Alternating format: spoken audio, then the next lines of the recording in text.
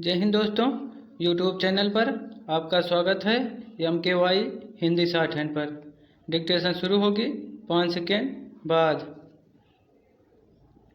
देश भर में चीनी के दामों में अप्रत्याशित बढ़ोतरी ने त्योहारी मौसम की मिठास में महंगाई की कड़वाहट घोल दी है। चीनी की कीमतें क्यों बढ़ी, इसके अलग अलग तर्क दिए जा रहे हैं। सरकार का कहना है कि गन्ने की कमी से चीनी का उत्पादन प्रभावित हुआ, जिससे दाम बढ़े हैं। वही चीनी उद्योग का तर्क है कि कीमतें बढ़ने की उम्मीद में कारोबारियों एवं थोक व्यापारियों की ओर से की गई ज़्यादा खरीदारी की एक कारण हो सकता है, मगर विपक्षी दल इन तर्कों से इत्तेफाक नहीं रखते।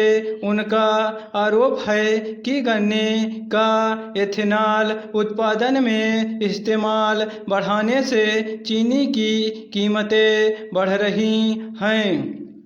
वजह चाहे कोई भी हो, लेकिन यहाँ बात साफ है कि इसका असर आम उपभोक्ता के घरेलू बजट पर पड़ रहा है। सवाल है कि आवश्यक वस्तुओं की कीमतों को नियंत्रण में रखने की जिम्मेदारी किसकी है।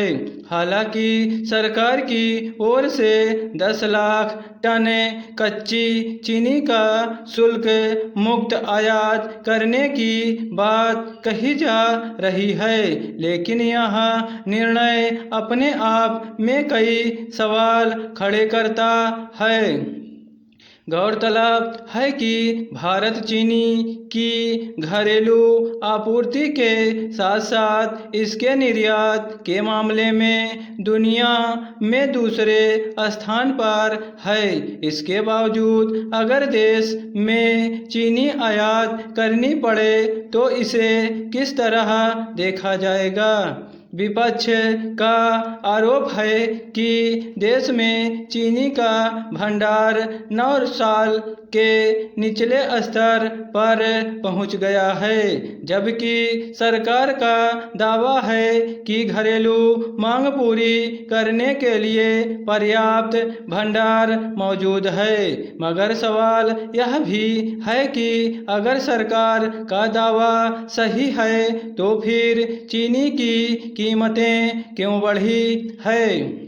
इसका जवाब सरकार के उन नए दिशा निर्देशों में भी ढूंढा जा सकता है, जिसके तहत चीनी के बड़े कारोबारियों, शीतल पेय, मिठाई एवं आइसक्रीम विनिर्माताओं और थोक उपभोक्ताओं के लिए भंडारण सीमा लागू की गई है।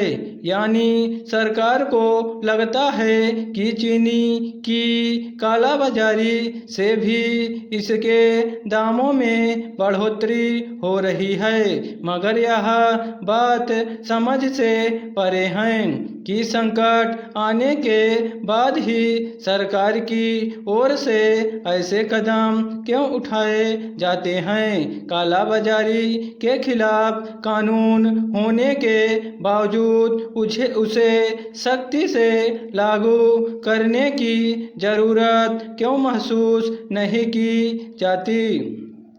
सवाल सिर्फ कीमतों का ही नहीं है, बल्कि सरकारी और सार्वजनिक क्षेत्र से जुड़े निजी उपक्रमों की कार्यप्रणाली में पारदर्शिता का भी है। देश भर के खुदरा और थोक बाजारों में चीनी की कीमतों में एक माह के भीतर करीब 25% की बढ़ोतरी देखी गई है।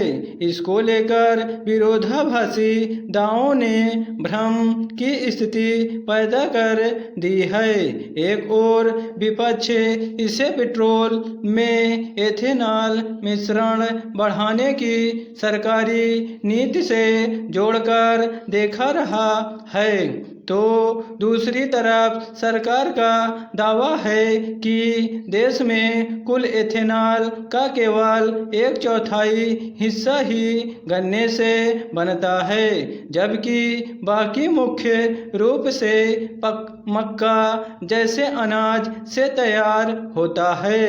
वही चीनी उद्योग निकाय इस्मा का कहना है कि कृत्रिम किल्लत पैदा करने या मिलों के स्तर पर कीमतें बढ़ाने जैसी कोई बात नहीं है। ऐसे में यह सवाल अनुत्तरित ही रह गया है कि आखिर चीनी के दामों में बढ़ोतरी के पीछे असल वजह क्या है। बहरहाल सरकार की प्राथमिक जिम्मेदारी यानी होनी चाहिए कि चीनी और अन्य आवश्यक वस्तुओं की कीमतें नियंत्रण में रहे, ताकि आम लोगों की जेब पर अतिरिक्त बोझ न पड़े। स्टॉप।